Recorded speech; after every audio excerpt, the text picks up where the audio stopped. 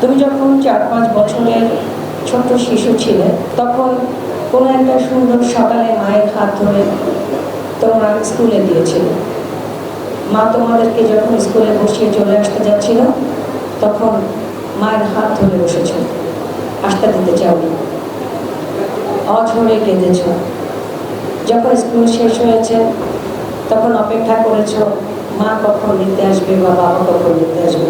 আইনস্টাইনকে চিনো তো? তিনি বলেছেন জ্ঞানের থেকেও স্বপ্ন বেশি জরুরি। এপিজে আবুল কালাম কি বলেছেন? চিনো না তাকে?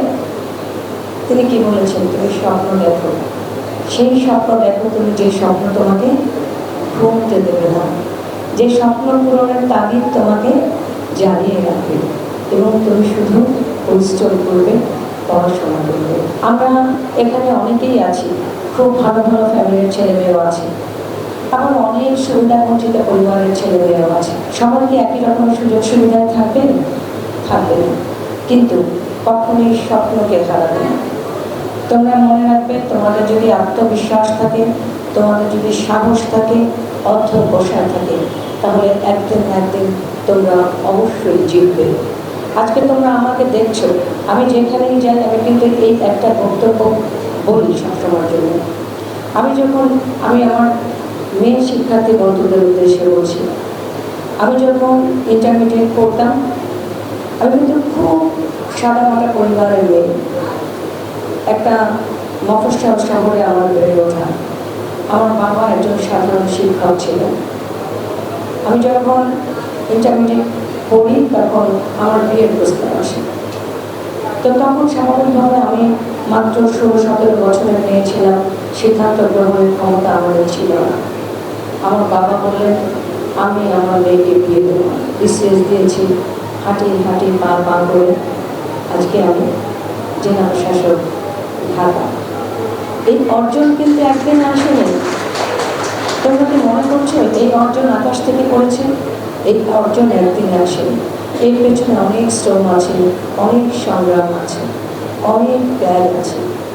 আমি জানি আমরা আজকে তোমরা আমাদের সামনের সারিতে বসেছ, আমরা উপরের সারিতে বসেছি। সেদিন খুব বেশি দূরে না, যেদিন তোমরা আমাদের জায়গা দখল করবে, আমরা তোমাদেরকে জায়গা ছেড়ে দিয়ে আমরা দর্শক সারিতে বসবো। সেই দিনের অপেক্ষা আমরা করছি। তবে সেই দিন যে আসবে, সেই সময়ের জন্য তোমাদের যে সম্পদে পরিণত হতে হবে, তোমরা যে দেশের নেতৃত্ব দেবে, জাতির নেতৃত্ব দেবে, তার জন্য কি করতে হবে? পড়াশোনা করতে হবে, বিদ্যালয় করবে, প্রচুর পড়াশোনা করবে, প্রচুর অধ্যবসায় হবে, মহান আল্লাহ পাকের প্রতি বিশ্বাস রাখবে, মা বাবার কথা মেনে চলবে। যারা শিক্ষক, তারা গুরুজন, তাদের কথা শুনবে। তারা যদি তোমাদেরকে কখনো কটু ভাষায় কোনো কথা বলে, সেটা কিন্তু তাদের সাথে না। তার পুত্রকে তো শিক্ষকরা অত্যন্ত স্নেহ করতো, স্বভাব করতো, অনেক সুযোগ সুবিধা রাখতো। কিন্তু তিনি চিঠি লিখেছেন, তিনি চিঠিতে অনেক বড় চিঠি লিখেছেন। আমি 2-3টার কথা বলতে চাই।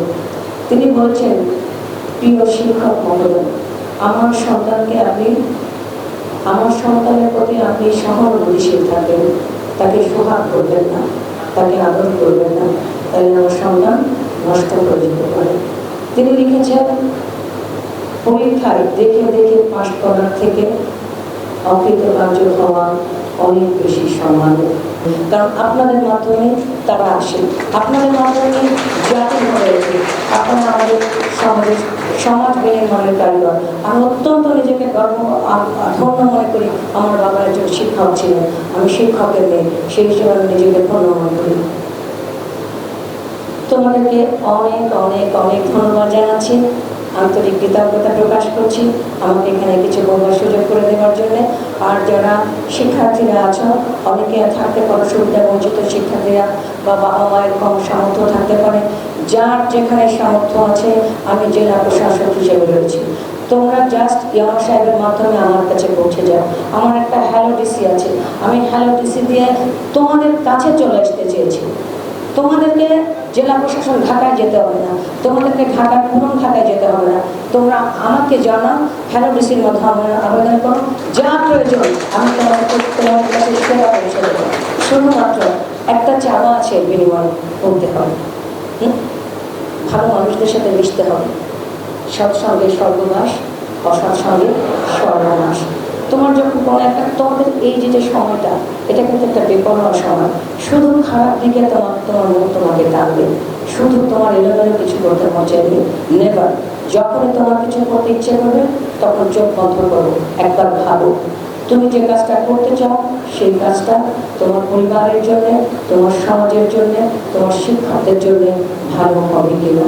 তুমি যদি একটু ভাবো, একটু চোখ বন্ধ করো, তাহলে দেখবে তোমার বিবেক তোমাকে সঠিক পথে চালনা করবে। সবাইকে ধন্যবাদ জানাচ্ছি, বক্তব্য শেষ করছি।